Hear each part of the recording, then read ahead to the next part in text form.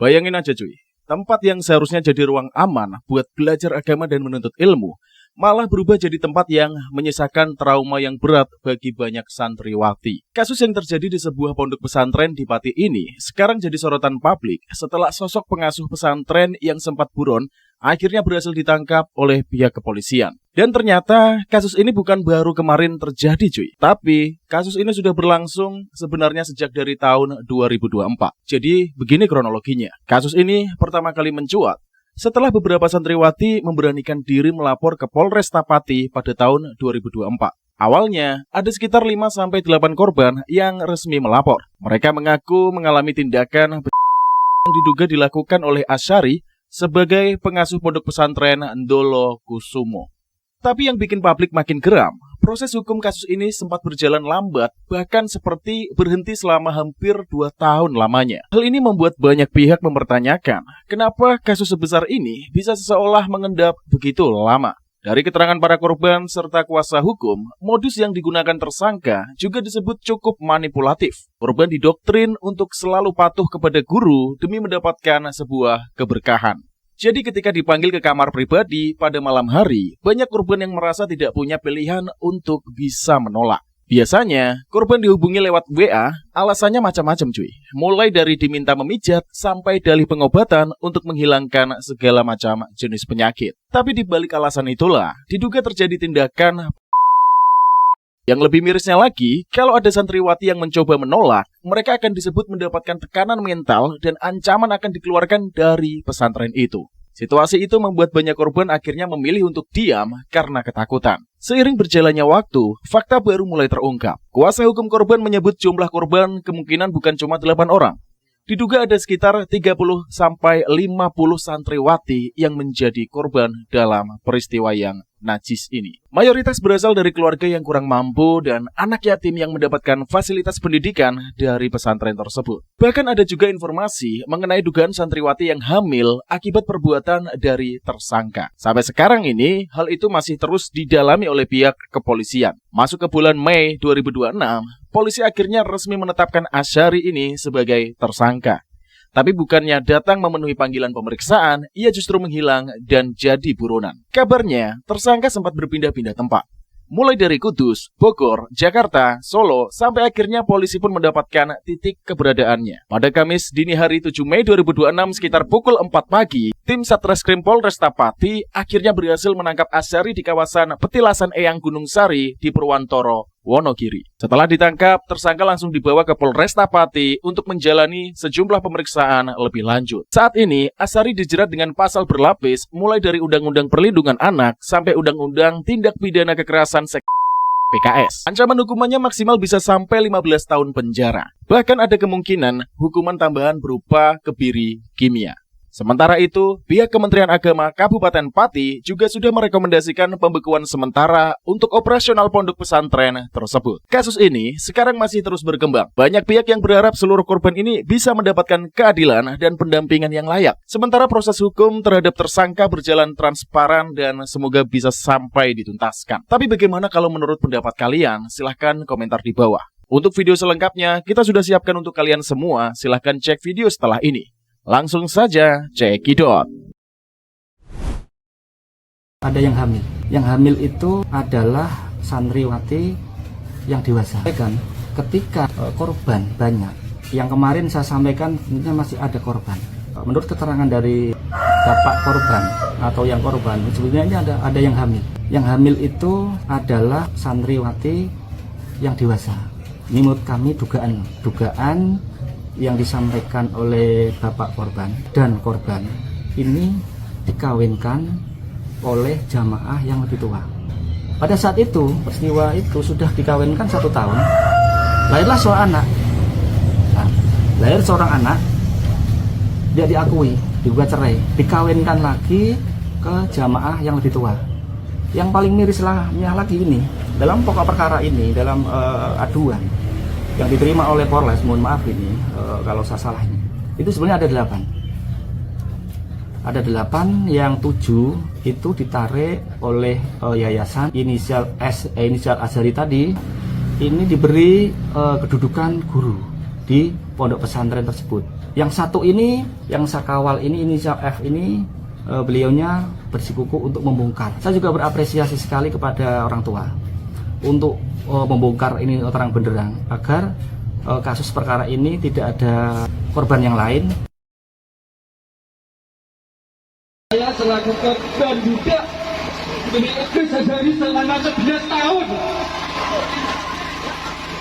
dari tahun 2008. Idris Azhari setiap hari orangnya itu tidurnya nggak pernah sama istrinya. Ya, setiap hari itu tidurnya sama bojone Giarto, sama bojone Miftah. Istrinya berada di sini, dia ngontrak di sana.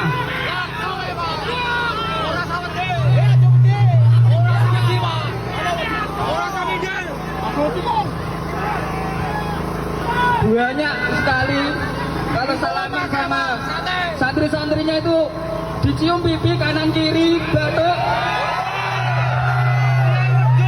lambenya juga dicium lambene. Ini iblis ini. Saya mulai bangun di sini 2010, bangun musola di sana, di makam sana.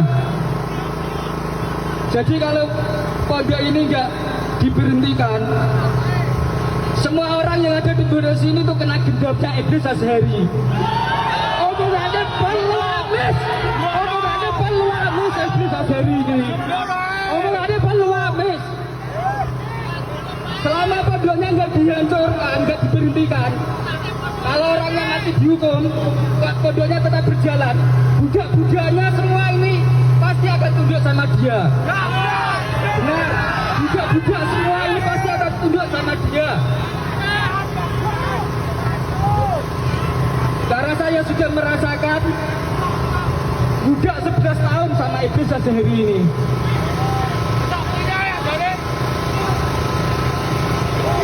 Dari bangun musola di sana sampai bangun MI sini, tingkat RA, itu semuanya dana-dana dari budak-budaknya Idris Azhari ini. Jadi kalau yayasannya ini nggak dihancurkan, nggak diberhentikan, orangnya dihukum keluar dari hukuman, tetap nanti akan berjalan seperti ini lagi. Saya yakin 1000%. Saya yakin 1000%. Idris Azhari ini budak-budaknya masih banyak. Kalau nggak diberhentikan, kasihan yang menjadi korban. Kasihan yang menjadi korban kalau nggak diberhentikan.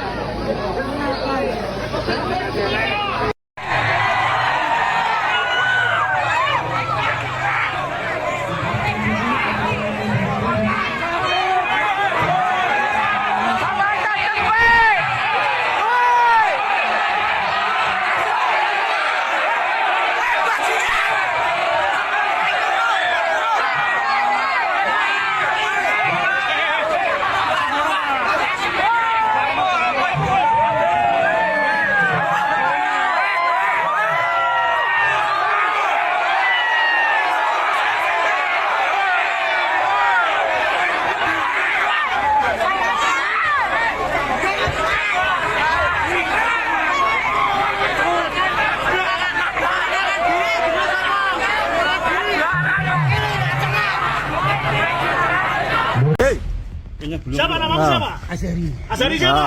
Azhari. Azhari siapa? Ya Azhari itu memang sama saya. Sing di Kiai mana kamu? Cekel Kiai apa? Mergopo. Betul Kiai. Ponpes apa? Cekel Mergopo. Tangkap karena apa? Tidak bisa ngomong. kena pencabulan. Hah? Katanya pencabulan, Pak. Oh, katanya pencabulan. Oke, oke. Kalau katanya oke. Yo, clear. Clear. Asyari. Nggak bisa, Pak Asyari itu waktu itu sore pernah telepon saya, Pak, gini aja Pak, ini kan jenengan kan sudah kasar sudah dioyo polisi, saya sudah ada pengacara, yuk mulai ke Pati gitu loh, insya Allah aman gitu loh.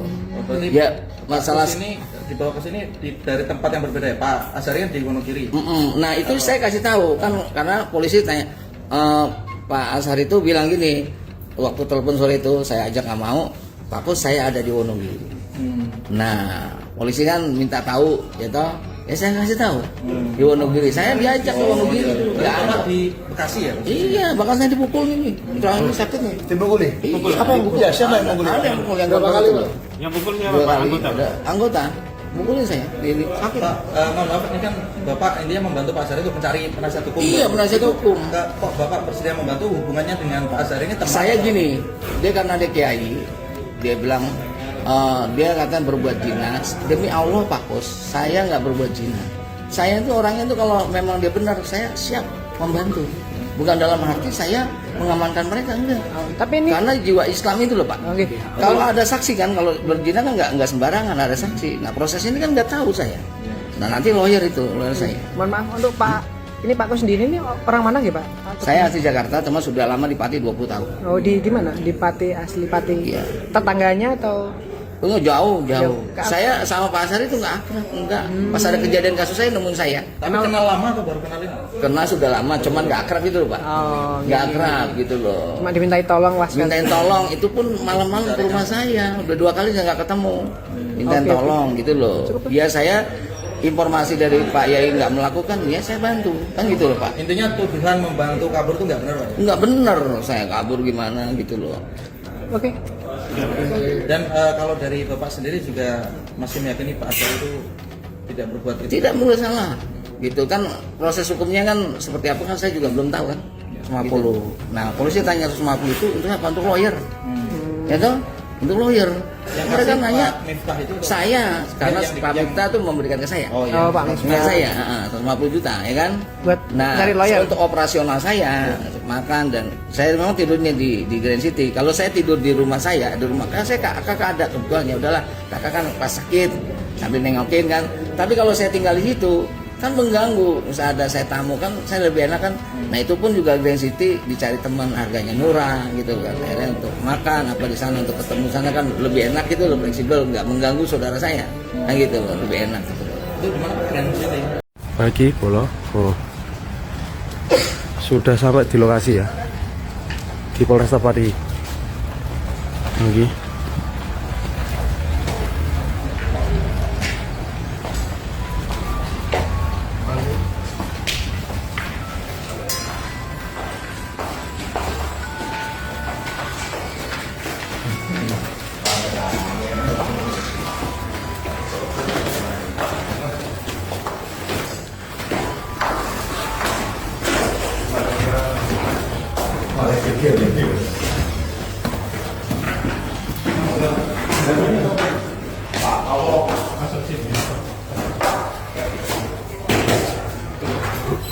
Oke, saya masuk di ruangannya Bolo. Di unit PPA, reserse, ya. Oke, di Polresta Pati. Oke, kita nantikan untuk kasusnya nanti. Sampai aku ragu sepatu Bolo. Sampai ragu sepatu. Buru mana, Mas? Oke. Dan ini tadi tersangka di muat pakai mobil ya.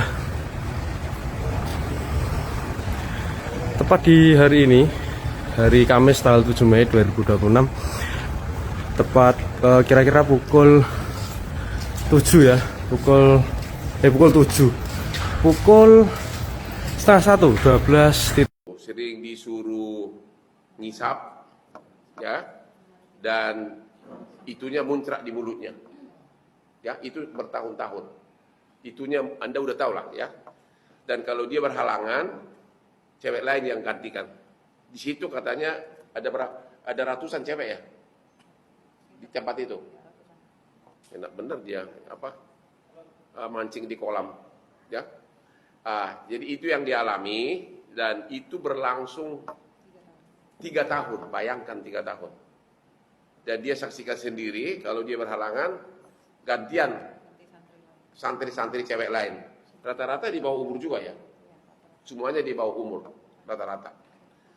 Yang sebelah kanan gua ini adalah tukang dari pengakuan sementara dari Sineng ini.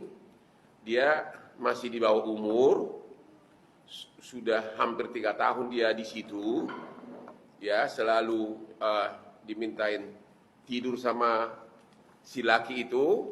Pak Kapolres belum memberikan jawaban ditahan kapan, tapi kami meminta secepatnya karena kami harus memberikan informasi kepada PBNU melalui Saka PBNU yang bekerjasama dengan Mabes Polri. Dan nyuwun ngapunten sedaya, pesantren di Pati kami dari dari PCNU melalui RMI membuka seluas-luasnya tentang hal yang serupa. Jadi kami kepengen membersihkan pesantren-pesantren di Pati menjadi pesantren yang tetap ramah anak dan bersih dari hal-hal seperti itu. Maka kami akan mengawal terus proses ini sehingga tidak ada yang tersisa dan ini cepat terselesaikan. Karena kami juga memikirkan nama baik Pati ya secara umum sehingga pesantren dan masyarakat Pati tetap menjadi masyarakat yang religius, masyarakat yang cinta damai. Jadi informasinya itu pelaku sudah ditahan belum ya berarti ya? Masih baru tersangka. Tapi posisi pelaku ini sudah di dalam Polres atau masih di luar? Yang tadi kami tanyakan PH-nya yang masih di sini. Oh, PH-nya. Tapi pelakunya masih di luar ya? Masih bebas di luar ya?